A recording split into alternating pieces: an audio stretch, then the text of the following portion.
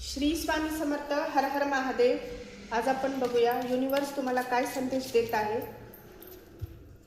ओम नमः शिवाय. हर हर महादेव. ओम नमः शिवाय. हर हर महादेव. हे बघा, भुवनेश्वरीचं कार्ड आलेलं आहे.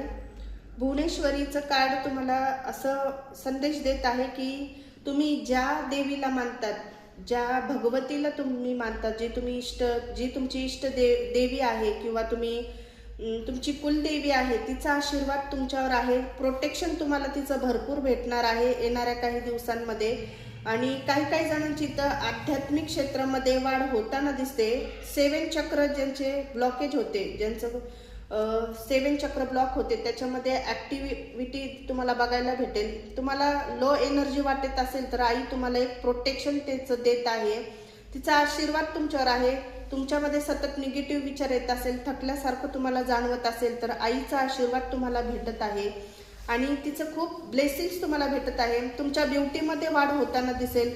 मटेरियल काही गोष्टी असतील ज्या तुम्हाला घ्यायच्या आहेत, ज्या तुम्ही डोक्यात सुचवत आहेत, ह्या मला वस्तू घ्यायच्या आहेत, खूप दिवस झाले त्या मी घेत नाहीये, तर आईच्या आशीर्वादाने जे कामं तुमची होत नाहीयेत ते देखील कामं तुमची होणार आहे. भरभरून आईचा आशीर्वाद तुमच्यावर आहे.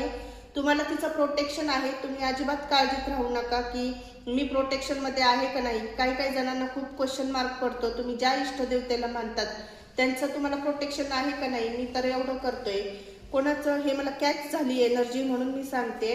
तुम्ही ज्या कोणाला इष्टदेवतेला मानत असेल ना, तर त्यांचा संदेश आहे, तुम्ही त्यांच्या प्रोटेक्शनमध्ये आहात, त्यांचा आशीर्वाद तुम्हाला आहे. येणाऱ्या काही दिवसामध्ये तुमची जी कामं अडकलेली होती ते देखील पूर्ण होण्याची शक्यता इथं जास्त दिसत आहे.